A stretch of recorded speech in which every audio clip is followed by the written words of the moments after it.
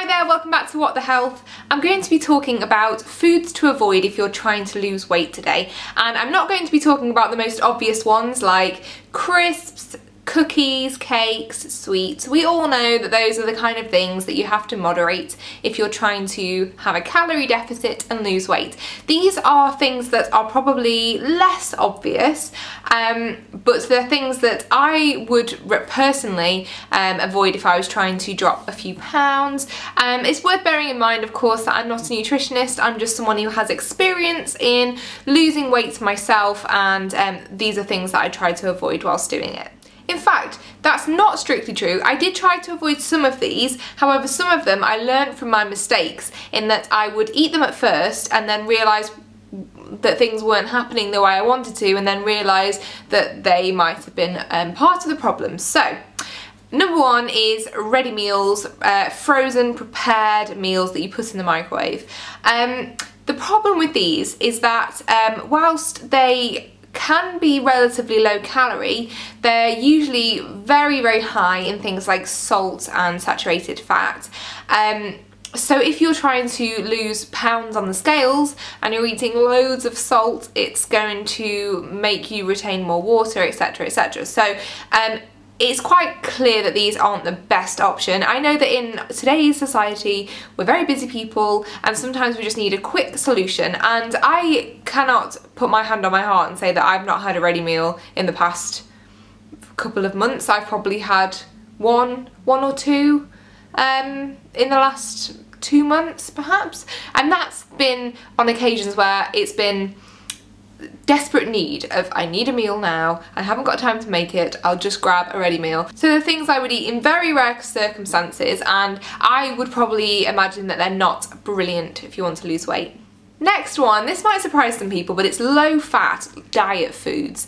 There are two problems with these kinds of foods. They're very processed, and that means that the fat is extracted from whatever the food may be. And the problem with that is that once you've taken the fat away, you have to replace it with something, or it's going to be incredibly unappetizing and probably look and taste and feel odd. And something that's often used to replace fat is sugar. So whilst it may be lower in fat, it might have a load of other added things like sugars. The second problem with low-fat foods is that there was a study that showed that people who eat low-fat foods often eat 30% more than people who are eating sort of the full-fat original version.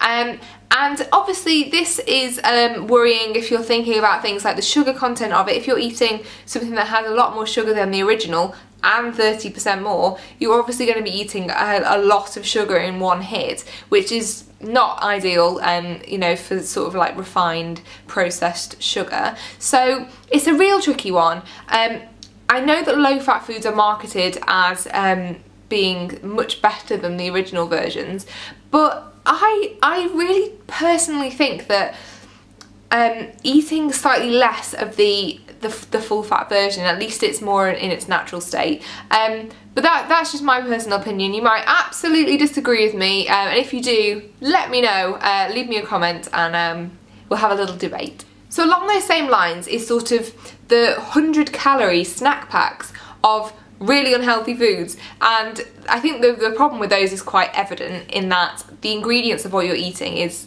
rubbish most of the time. It can be just a list of sugar, fat, chemicals in these sort of 100-calorie healthy snack packs of crap food. And also, eating 100 calories of a very high fat food, you're not going to get much food, you're not going to feel full, and you're probably going to be snacking again in next to no time. So if you're hungry for a snack, something like fruit, sort of snacky veg, like things like carrot sticks, nuts, seeds, they're going to be vastly superior to any of these sort of highly processed, stick 100 calories worth of God knows what into a packet. You're going to be so much better off with healthier, real food snacks. And finally, this is not technically a food, but it's something I could go on about for a long time, and it's diet sodas.